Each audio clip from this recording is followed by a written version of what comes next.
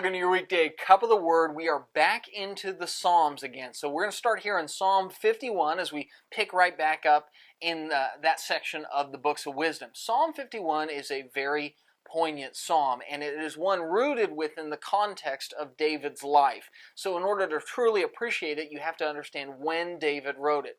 This is the psalm that David wrote when he was confronted by Nathan regarding his sin with Bathsheba and the murdering of Uriah. Now you can find the account of that event in 2 Samuel chapter 11 and chapter 12. So if you're wanting some context and you're not familiar with that story, that would be where to go to kind of understand what's going on in David's life.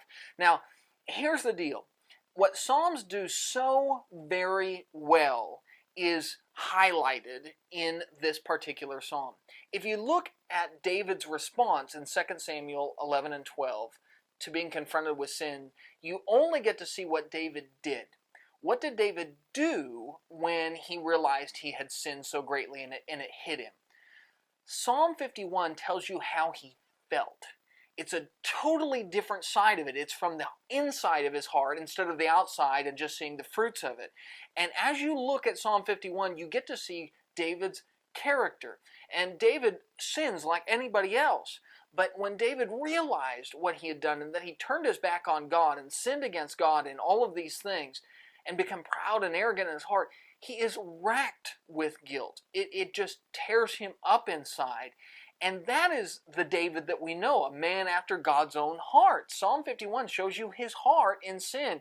And it is a reminder to us to look at our own hearts when we sin. It's not just about correcting the behavior, but truly internalizing, this is not who I want to be. And that the only way for us to truly change and get back on course is to be washed and redeemed by God. We need God's forgiveness. It's not just about saying, well, I made a mistake and now I'll correct it in the future. But no, there is damage I've done. And I've hurt man and I've hurt God. And I need to be right. I need Him to make me right. And the only way that is going to happen is for begging for His mercy and turning to Him and saying, you are greater than me and I need you. And I need you to make me whole again. That's Psalm 51, the heart of a man who realized that he had put a great chasm between him and God. And he never wanted that to be there. He wanted to close the gap. And he realized he had broken the trust. He had caused the damage. And now he needed to go to God and say, God, I need you to mend what I broke. It's my fault. But God, please, please, I don't want life without you. That's the heart of David when he sinned, the heart of a repentant man, and that's your Daily Cup. We'll see you tomorrow.